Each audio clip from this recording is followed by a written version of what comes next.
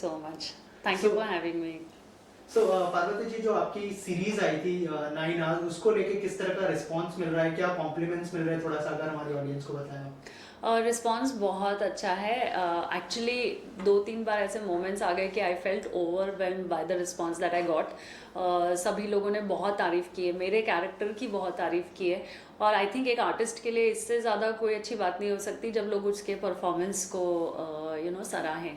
तो वो मुझे 9 आवर्स, मतलब इससे पहले भी मैंने फिल्में की, बड़े पर्दे के लिए की, लेकिन 9 आवर्स ने मुझे actually, it's a gift, I would say that it has given me that people have come and appreciated the acting skills actually. So it's like dream come true in a way, yes. Talking about your journey, मतलब ऐसी क्या खास चीज थी जो आपने OTT की तरफ रुख किया। इन दिनों जो है ओटीटी फ्यूचर है और फिल्में भी बहुत अच्छा कर रही है, लेकिन दोनों में जो है जो एक्टर्स है काम करना चाहते हैं। तो आपकी जर्नी के बारे में बताइए, और कौन सा प्लेटफॉर्म आप सबसे ज़्यादा कंफर्टेबल है या फिर कितना एंजॉय करते हैं। प्लेटफॉर्म के लेवल पे अगर कहूँ तो obviously Disney plus Hotstar is a very reputed platform, और उसके लिए कोई चीज़ ऑफर हुई है तो आपको ऑलरेडी पता है कि वो किस तरह के शूट्स करते हैं और किस तरह का प्रोडक्शन करते हैं, तो वहाँ कोई डाउट नहीं होता when it comes to the quality of the product. तो वो एक क्वेश्चन ही नहीं था। प्लस क्रिश सर की वजह से, मतलब उन्होंने उन्हीं का क्रिएशन है, उनका अडेप्टेशन है इस चीज़ को लेके, जिन्होंने पहले मणिकर्णिका बनाई थी। तो वो ऑलरेडी, और इतनी बड़ी बड़ी सुपरहिट फिल्में साउथ में वो बना चुके हैं, तेलुगु इंडस्ट्री का जाना माना नाम है वो। तो ऑलरेडी कोई डाउट नहीं था when it came to the quality और वो क्या क्रिएट करेंगे। फिर मुझे नरेशन मिला अपने कैरेक्टर का, तो वो भी मतलब इतना मुझे समझ में आया कि यहाँ पे मेरे पास बहुत स्कोप है, मतलब मुझे जो चाहिए वो है इसमें, जो मैं ढूंढ रही थी, जो मैं चाह रही थी, तो वो मुझे मिला। और फिर जब ऑलरेडी आपको पता है कि प्लेटफॉर्म सही है, लोग सही है, टीम सही है, आपको जो कैरेक्टर चाहिए वो सही है, तो फिर आप क्यों सेकंड थॉट देंगे, कोई रीज़न ही नहीं है। तो वो एक चीज़ बहुत अच्छी हुई। और आई थिंक वही सभी लोगों ने, सिर्फ ऐसा नहीं है कि मेरा ही कैरेक्टर अप्रिशिएट हो रहा है, सभी का काम बहुत अच्छा है, बाकी लोगों ने भी बहुत अच्छा काम किया है, टीम एफर्ट बहुत अच्छा है। तो सीरीज़ जिस तरह से बन के आई है वो बहुत अच्छी है। और कई लोगों ने ये कहा है कि it's a Indian version of Money Heist. So I या so that is a compliment for the whole team, I would say. Right. Also जिन्होंने अब तक नहीं देखी है उनको थोड़ा सा अगर किरदार के बारे में बताइए, और कैसा एक्सपीरियंस रहा पूरी वेब सीरीज करने का। Web series in terms of work culture was fantastic. और जहाँ तक कि किरदार की अगर मैं बात करूँ तो ये किरदार मेरे किरदार से बहुत ऑपोजिट है। मैं बिल्कुल भी गिरिजा जैसी नहीं हूँ। तो गिरिजा बेसिकली, क्योंकि ये एक पीरियड स्टोरी है, 1985 में बेस्ड है, और एक बहुत ही हिट नॉवेल हुई थी उस वक्त, Tommidi Gantalu. I hope I am saying the correct pronunciation of the Telugu name. तो उसका ये अडेप्टेशन है जिस पे बेस करके बनाई है। तो ऑलरेडी मतलब जो मेरा कैरेक्टर था, तो वो बेसिकली मेरे पास स्कोप बहुत ज़्यादा था परफॉर्म करने के लिए, इसीलिए भी क्योंकि ये मेरे जैसा नहीं है, ये एक्चुअली बहुत डिफरेंट कैरेक्टर है और बहुत सहमा हुआ सा, नॉट लाइक मैं बहुत वैसी हूँ, नॉट सहमी हुई टाइप्स, बट या लेकिन वो कैरेक्टर इस तरह से जो अपने लिए आवाज़ नहीं उठाता, उसके साथ कुछ गलत होगा तो वो बोलता नहीं है। तो वो इस तरह के जो कैरेक्टर प्ले करना, तो basically I am more of like I had a scope to perform. So I think I was looking forward to it, and I'm very happy that I took this character in, like, how do I say it? और Chris sir के साथ experience कैसा रहा, अगर कुछ बताए behind the scene, क्या brief किया करते थे और ऑन सेट किस तरह का माहौल रहता था। शुरू में जब मैं वहाँ पे गई तो हैदराबाद में, क्योंकि पूरा शूट हुआ था, तो जब मैं वहाँ पे गई तो उन्होंने शुरू में पहले ही एक नरेशन दिया जिसमें बताया कि इस सीरीज़ में आप क्या कर रहे हो। देखिए, जो बहुत सारी चीज़ें ऐसी होती है जब आपको डायरेक्टर नरेशन देते हैं, तो वो आपको उस कैरेक्टर का बैकग्राउंड बताते हैं जो एक्चुअली कभी शूट ही नहीं होना होता है। तो और वो बहुत ज़रूरी है समझने के लिए कि सिर्फ शूट का पार्ट आप बता देंगे तो फिर बहुत ही सरफेस लेवल से चीज़ें आपको दिखाई देगी। तो मेरे हिसाब से जो एक अच्छे डायरेक्टर की बात होती है वो ये होती है फॉर एन आर्टिस्ट खासकर, कि वो आप बताए कि ये कैरेक्टर ऐसा क्यों है, इसकी जर्नी क्या है, या ये कहाँ से आया। एक्टर भी अपने तरीके से उसको डेवलप करता है, लेकिन जब उसमें डायरेक्टर के इनपुट होते हैं तो बहुत फ़र्क पड़ जाता है। तो पहले ही दिन में, पहले ही नरेशन में वो चीज़ें उन्होंने एक्सप्लेन की। The stature that Krish sir has, मैं एक्सपेक्ट भी नहीं कर रही थी कि वो खुद बैठ के सब चीज़ें समझाएंगे, पर उन्होंने समझाया।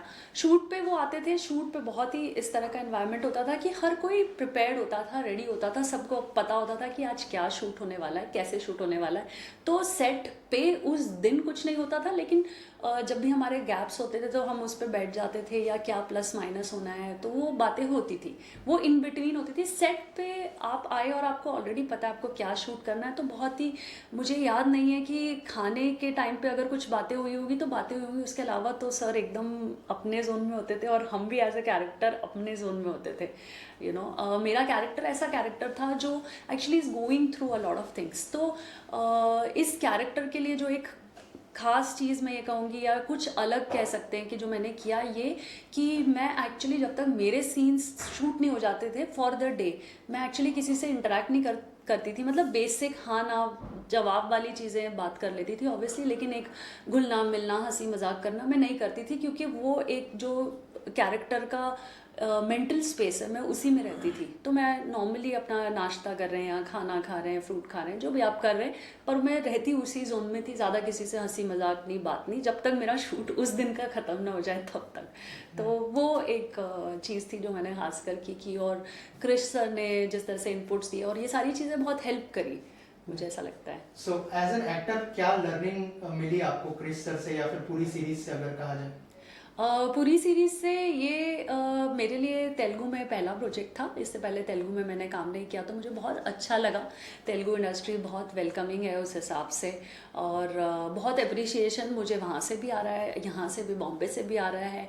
तो वो एक चीज़ है। और जो वर्क कल्चर तो हर जगह मुझे लगता है कि जो लोग प्रोफेशनल होते हैं और जो लोग काम करते हैं, फिर उसका लोकेशन से कुछ मैटर, मतलब it doesn't matter where you are from, if you are doing your job right then everybody likes it, everybody loves it. That goes for the person, like when I go there, and that goes for the team when I work with them, so same happens, I believe, yeah. And as an actor कौन inspire करता है और क्यों? मुझे बहुत ज़्यादा inspire actually अलग अलग लोग अलग अलग चीज़ों के लिए करते हैं। जैसे मैं कहूँ कि दीपिका पादुकोण मुझे बहुत इंस्पायर करती है, क्योंकि जिस तरह से वो मतलब अपने आप को कैरी करती हैं ऑन स्क्रीन, वो मुझे बहुत अच्छा लगता है। फिर मुझे अनुष्का शर्मा इस हिसाब से बहुत इंस्पायर करती है कि वो जिस तरह के अलग अलग कैरेक्टर्स उन्होंने परफॉर्म किए हैं, क्योंकि बहुत वैरायटी ऑफ परफॉर्मेंस में उनकी बहुत अलग अलग चीज़ें आपको देखने के लिए मिलती है, प्लस नुआंसेस जो चीज़ें मिलती है ये है।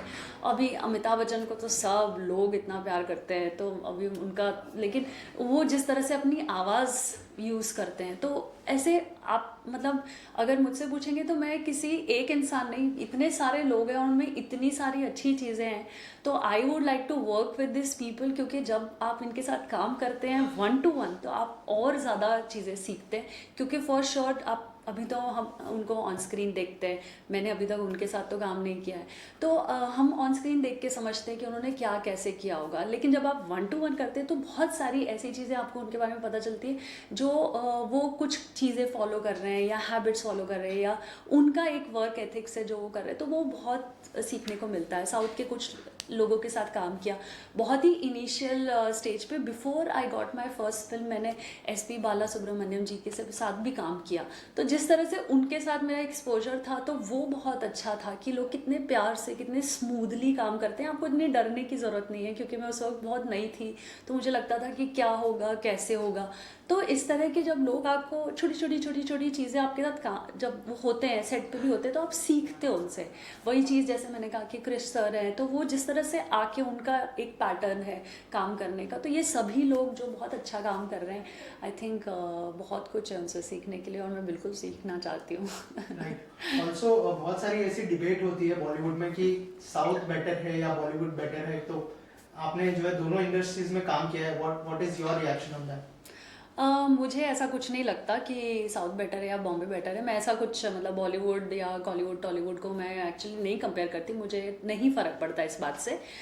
बस एक बात से डिफरेंस मुझे लगता है वो ये कि क्योंकि हिंदी मेरी मातृभाषा है, मेरा कंफर्ट जोन उसमें सबसे ज़्यादा है, तो ऑब्वियसली मेरे लिए वो ईजी है। कोई भी बात, कोई भी लाइन इम्प्रोवाइज़ करना, अब साउथ में मेरे पास वो स्कोप नहीं रह जाता क्योंकि मैं वही लाइनें बोलूँगी जो मुझे दी गई हैं, क्योंकि मुझे पता नहीं है भाषा क्या है। तो वो मेरे लिए एक कंफर्ट जोन की बात अगर आप कहेंगे, मैं रहती भी बॉम्बे में हूँ, तो मेरे लिए ऑब्वियसली यहाँ पे कुछ आएगा तो मेरे लिए वो प्रेफरेंस होता है because of the language. Otherwise मुझे नहीं लगता when it comes to shooting pattern, scale, the way the project is made, मुझे नहीं लगता कोई फ़र्क है। और उधर स्टाइल डिफरेंट है, कल्चर डिफरेंट है, इधर का स्टाइल और कल्चर डिफरेंट, पर दोनों बहुत बढ़िया हैं, दोनों बहुत अच्छे हैं। राइट, और एक्टर्स के नाम तो आपने ऑलरेडी बता दिए, लेकिन ऐसा कोई ड्रीम डायरेक्टर है जिसके साथ काम करने की इच्छा हो, या फिर ऐसा कोई प्लान है, या फिर कोई अपकमिंग प्रोजेक्ट है उनके साथ अगर शेयर करना चाहें? ड्रीम डायरेक्टर अगर आप कहेंगे तो मैं एक्चुअली सुजीत सरकार का नाम लेना चाहती हूँ, क्योंकि उनकी पहली फिल्म से ही मैं एक्चुअली उनकी फ़ैन हूँ जब यहाँ आई थी।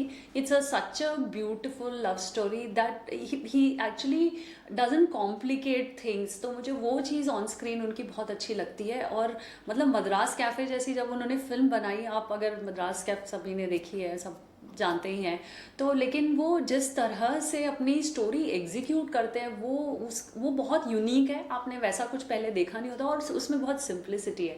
तो ऑब्वियसली मैं एक्चुअली एक्सपीरियंस करना चाहती हूँ कि what it would be like to work with him. Honestly let's see. Right, lastly audience से कुछ कहना चाहेंगे या फिर अपने अपकमिंग प्रोजेक्ट्स के बारे में शेयर करना चाहेंगे जो आपके फैंस हैं उनके साथ? अपकमिंग भी इन टॉक्स है, तो I think it's too early to discuss about it, but yes, hopefully something nice I will announce as soon as things get locked. And इस किरदार को लेके या मैं जो भी कहना चाहूँगी वो यही कहना चाहूँगी कि जैसे I was looking forward for, इससे पहले मुझे इतना स्कोप नहीं मिला था परफॉर्मेंस ओरिएंटेड कुछ करने का, तो आई वॉज वेरी कीन कि मैं कुछ परफॉर्मेंस ओरिएंटेड करूँ और लोगों को पता चले कि मैं एक्टिंग भी कर सकती हूँ, सिर्फ मतलब स्क्रीन पे अच्छे दिखना ही मतलब ऐसा कभी कभी परसीव किया जाता है कि पता नहीं एक्टिंग आती होगी कि नहीं आती होगी, जो लड़कियाँ थोड़ी भी स्क्रीन पे अच्छी दिख जाती है टाइप्स। तो मेरे को लगा कि नहीं, मुझे ऐसा कुछ करना है कि लोगों को पता चले कि नहीं, मैं पैशनेट हूँ, मुझे अच्छा लगता है एक्टिंग करना, मैं इसी चीज़ के लिए मुंबई आई थी और तो मुझे वो चांस मिला। तो मुझे, अगर आप मुझसे कहेंगे कि एक मैसेज मैं क्या देना चाहूँगी, कि अगर आपको जो जेन्युइनली दिल से अच्छा लगता है, नो मैटर व्हाट, किसी को कुछ भी कहना हो, किसी को कुछ भी लगे, आप उसको फॉलो करिए, अपने एफर्ट्स उसमें डालते रहिए, चीज़ें ज़रूर होती है। Thank you so much and all the best. Thank you.